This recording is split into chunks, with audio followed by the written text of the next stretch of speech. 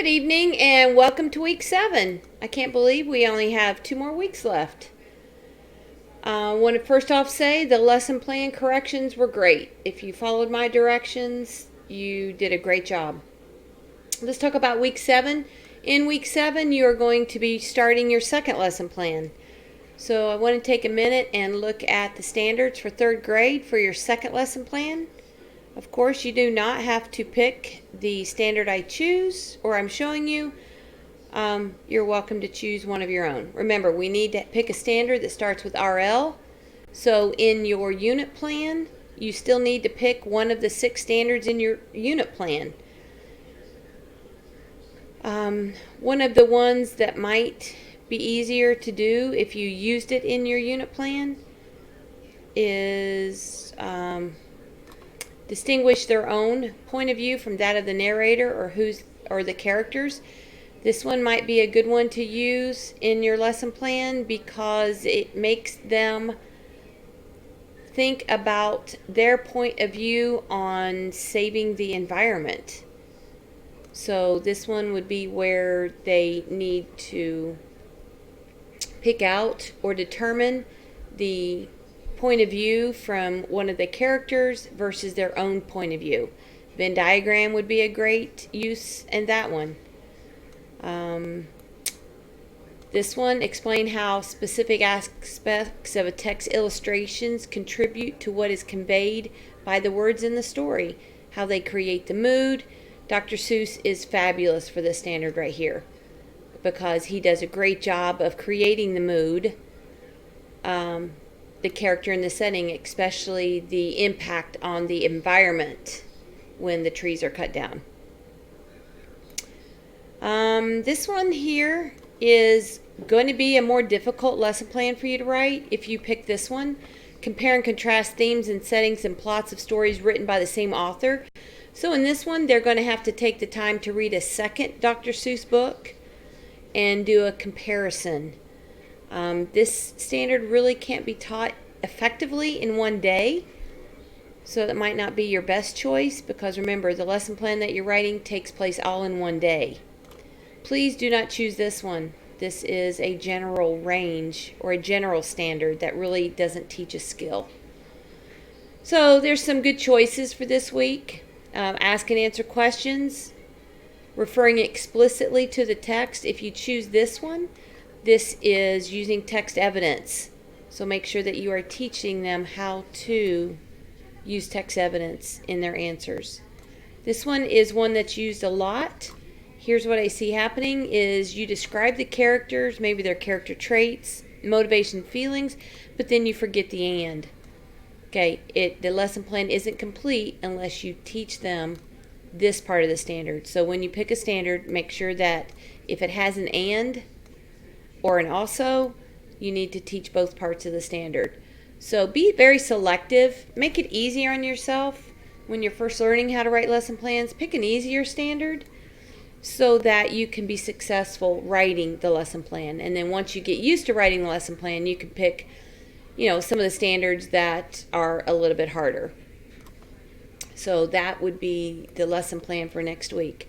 So you are starting one more. So you're going to write a complete unit plan or a complete lesson plan, submit it. Hopefully there won't be very many corrections, because if you spend time this week doing it well, then if you look at week 8, all you'll have to do in week 8 is submit the corrected lesson plan.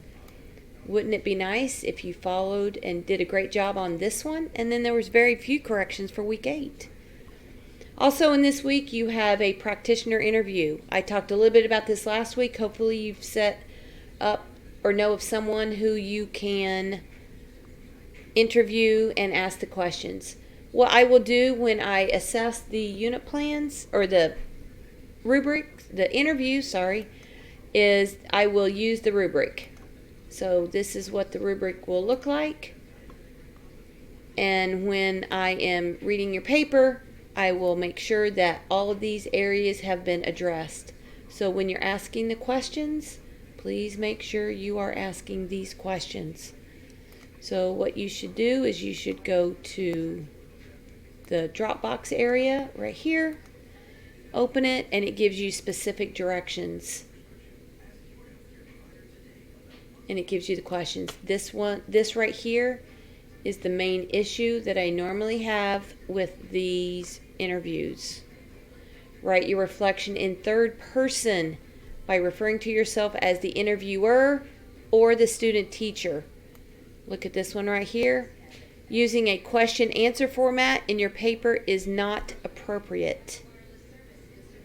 And then here, using extensive direct quotes is not acceptable. So please make sure that you're reading the directions. This can be a very easy grade if you follow these directions. And then you ask the questions that are listed on the rubric. And I believe they're right here as well. So, interview a teacher. Hopefully you've already gotten it set up or you looked at this last week. But this is due next Saturday night. So, make sure you follow the directions. So, as you can see, for week 7, it's a bigger week. But then week 8 is our last week, and all you have is the discussion post in week 8 and the corrected lesson plan. So, I can't believe we're already to week 7. So, work on this week. I know 2 assignments a week is really difficult, especially when you're taking other courses.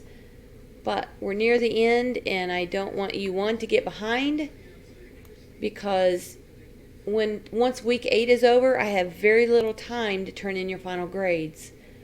So again, I'll be grading as soon as I can. If you get things done early, drop them in there early, and I'll score them early. So please let me know if you have any questions, especially about the interview. Email me. I try to answer emails as soon as I can, or text me. If you do either of those, please make sure you put the course number in there so that I'm answering the question correctly. So that's week 7. Pretty simple. I was looking over the unit plan or the lesson plan. Let me see if we're having any areas. When you're writing the lesson plan, please make sure every area of the lesson plan must be directed back to the standard at the top. And you have to be very specific in the teaching sections. So that will be it for week 7. And let me know if you have any questions throughout the week. I'll be glad to answer them. Happy writing. Thank you.